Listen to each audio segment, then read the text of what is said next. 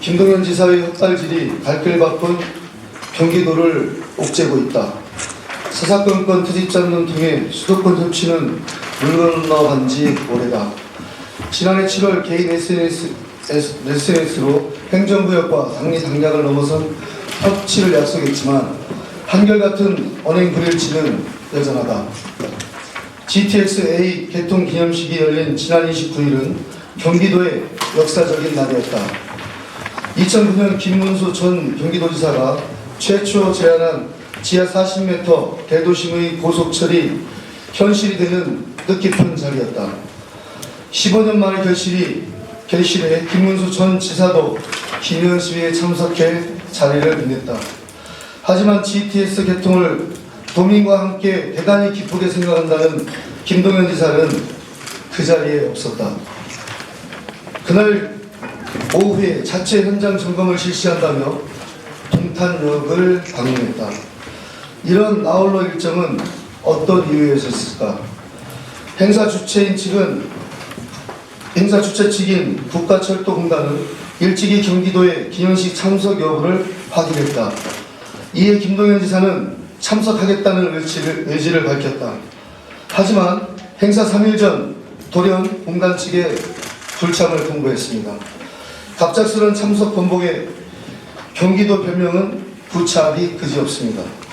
경기도는 시승식 없는 개통기념식은 반쪽짜리 행사라는 괴상한 논리를 들며 불참 사유를 당당히 밝혔습니다.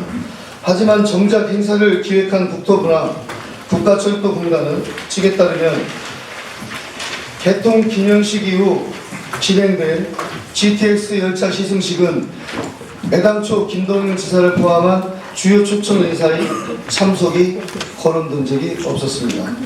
이는 GTX가 국민을 위한 교통혁명인 만큼 시승식이 윤석열 대통령, 국토부 장관, 국가철도공단 이사장 외에 GTX 개통에 힘써준 현장 소장, 안전점검 참여 시민, 수서 동탄 출퇴근 시민 등 실질적인 변화를 체감한 분들을 중심으로 실시된 데 따른 것입니다.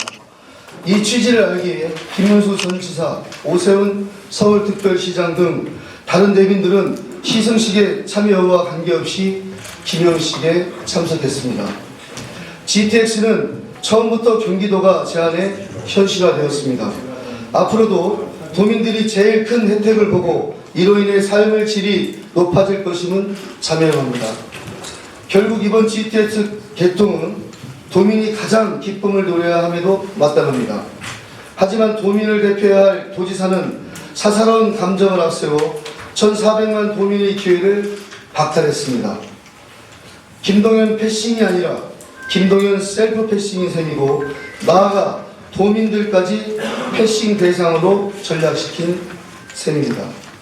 요즘 열을 올리는 정부 깎아내기 연장선인가 아니면 본인이 대통령급인 양 나서는 것인가 힘겨루기에 맞들여 무조건 날만 세우면 경기도와 도민을 위하는 길이 무엇인지 진지하게 들여다볼 때입니다. 예, 이상입니다.